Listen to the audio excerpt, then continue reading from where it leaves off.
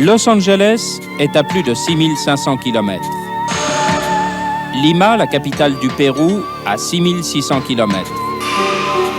Sydney, en Australie, à 6900 km. Et Auckland, en Nouvelle-Zélande, à plus de 4750 km. Un atoll de Polynésie française dans l'archipel des Tuamotu, Mururoa.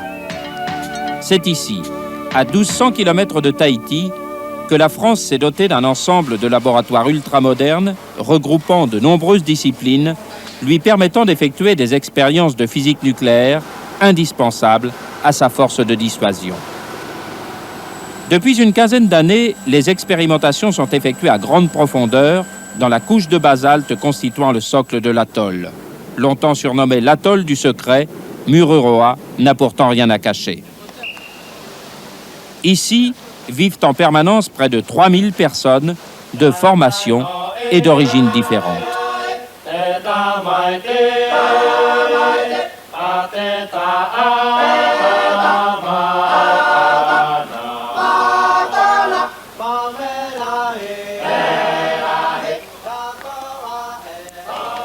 Une vie quotidienne presque comme ailleurs, rythmée elle aussi par le travail, le sport ou les loisirs.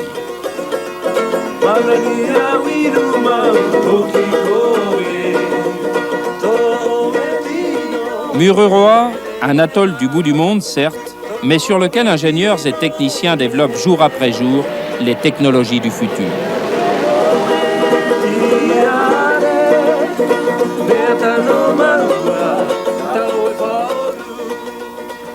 Sécurité des personnels de l'atoll et de l'environnement, c'est pour tous, à Mururoa, l'absolue priorité. Une sécurité obtenue par la maîtrise complète de la France dans la mise en œuvre des expérimentations souterraines. Un essai souterrain, c'est d'abord un forage classique dans le massif de basalte au milieu du lagon, pouvant atteindre des profondeurs de 800 à 1000 mètres.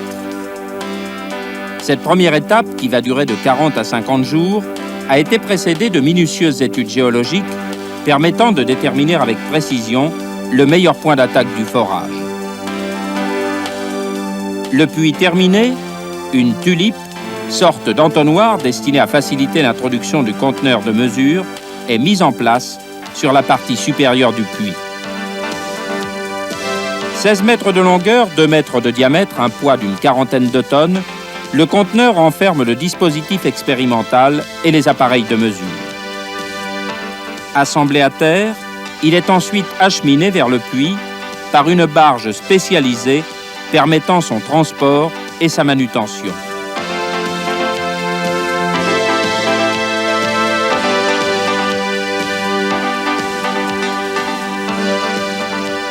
Avant l'introduction du conteneur dans la tête de puits, les câbles permettant la transmission des informations au moment de l'expérimentation vers la surface sont mis en place à partir de cette barge.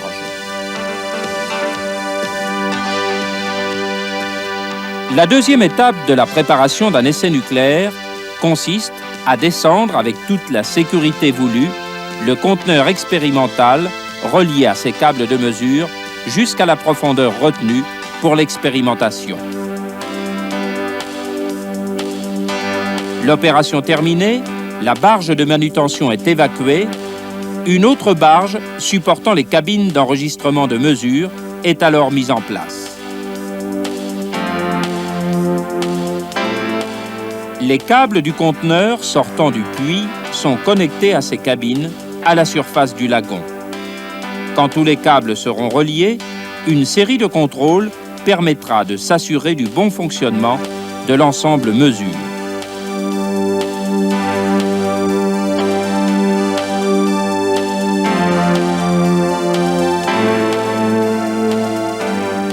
Dernière étape, fondamentale en ce qui concerne la sécurité de l'expérience, la cimentation du puits qui évitera la sortie, puis la dispersion de radioactivité par la tête de puits.